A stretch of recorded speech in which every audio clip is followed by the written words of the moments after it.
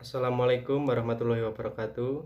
Di sini kami dari kelompok 3 akan mempresentasikan hasil diskusi kami, yaitu pengertian, tujuan, dan prinsip pemberdayaan, mata kuliah, komunikasi, dan penyuluhan.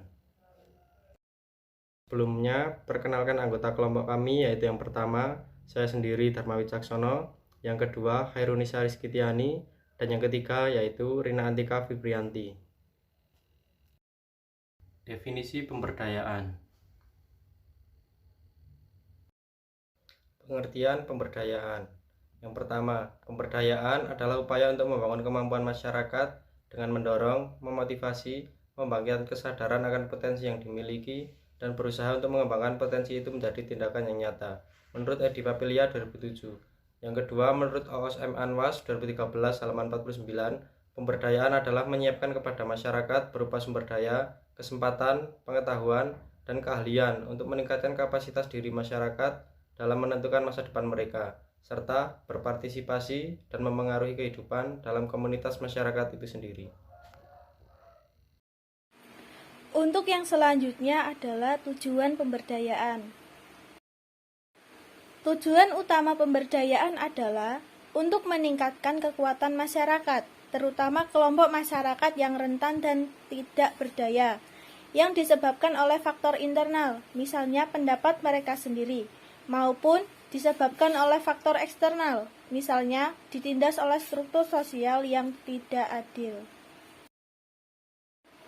Klasifikasi kelompok yang kurang beruntung atau tidak berdaya meliputi: yang pertama, kelompok lemah secara struktural, baik lemah secara kelas, gender, maupun etnis.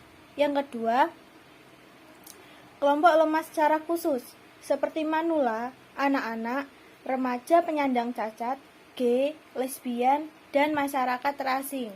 Yang ketiga, kelompok lemah secara personal, yakni mereka yang mengalami masalah pribadi atau keluarga.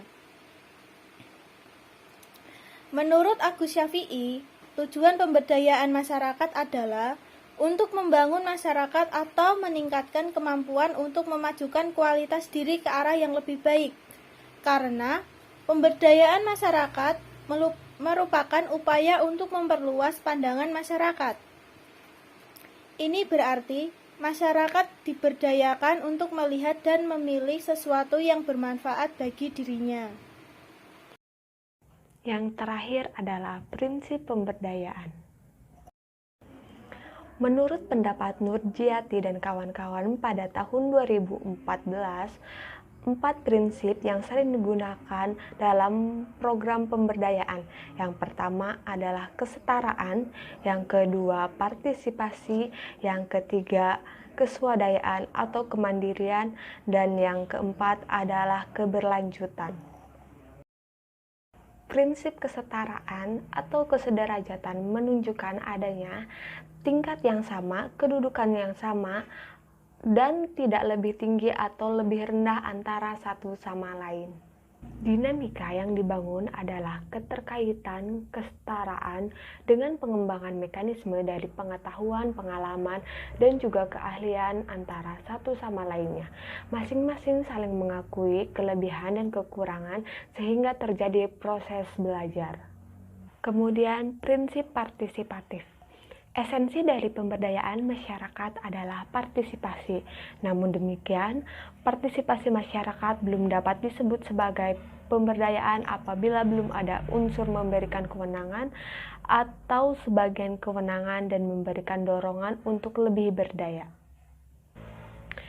Namun, untuk sampai di tingkat tersebut, membutuhkan waktu dan proses pendampingan yang mengikut sertakan pendamping yang memiliki komitmen tinggi kepada pemberdayaan masyarakat. Selanjutnya adalah prinsip keswadayaan atau kemandirian.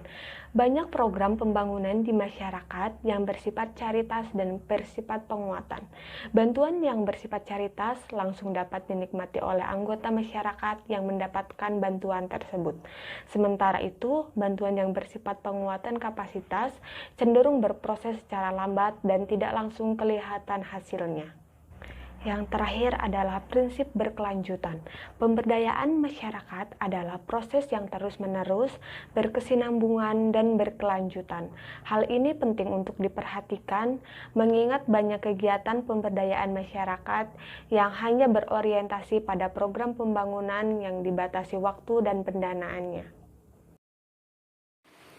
Kesimpulan yang dapat kita ambil dari materi pemberdayaan adalah: yang pertama, pemberdayaan adalah upaya untuk membangkitkan kesadaran masyarakat untuk membangun kemampuan masyarakat dengan mendorong, memotivasi, dan membangkitkan kesadaran akan potensi yang dimiliki dan berusaha untuk membangkitkan potensi itu menjadi tindakan yang nyata. Yang kedua, tujuan utama pemberdayaan adalah untuk meningkatkan kekuatan masyarakat, terutama kelompok masyarakat yang rentan dan tidak berdaya, yang disebabkan oleh faktor internal dan oleh faktor eksternal. Yang ketiga, terdapat 4 prinsip yang sering digunakan dalam program pemberdayaan, yakni prinsip kesetaraan, partisipasi, keswadayaan, dan keberlanjutan. Mungkin itu saja yang dapat kelompok kami sampaikan, kurang lebihnya mohon maaf. Wassalamualaikum warahmatullahi wabarakatuh.